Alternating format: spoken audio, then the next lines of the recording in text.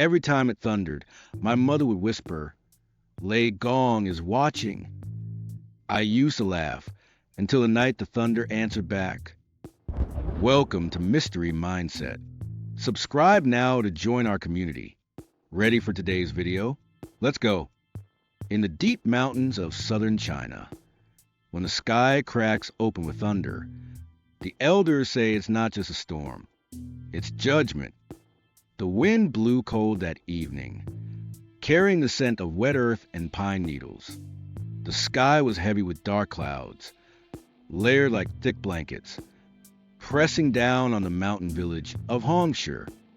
In a small wooden house with red-painted window frames, a boy named Wei lived with his grandmother. He was 12, tall for his age, with sharp eyes and a quiet way of watching everything.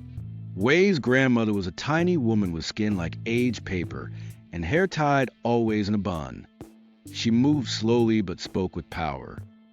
"Lei Gong," she'd say in her low, raspy voice, "is the god of thunder. He hunts sinners, children who lie, people who cheat. He rides the clouds, beats his drums, and when he finds you, the lightning shows your soul, and the thunder's your punishment." Wei used a smirk.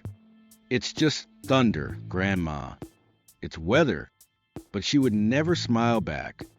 Not here, not in these mountains. One night, the clouds rolled in heavier than usual. The air was thick, the kind that makes your clothes stick and your skin itch. The villagers shut their windows early.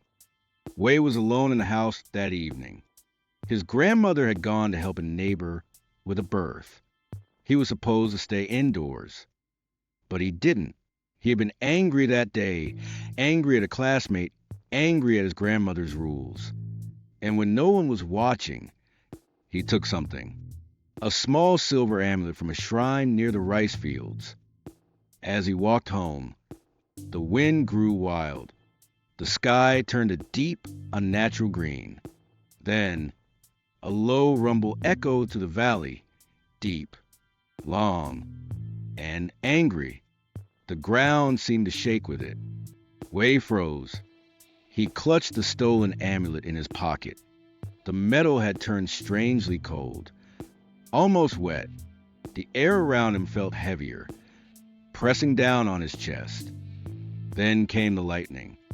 Not once, but again and again, flashing across the sky like claws. And the thunder that followed wasn't normal. It didn't boom, it screamed. Wei ran. He didn't know why, but fear filled his lungs. He stumbled through the path, branches clawing at his face, leaves whipping around him. The sky flashed white.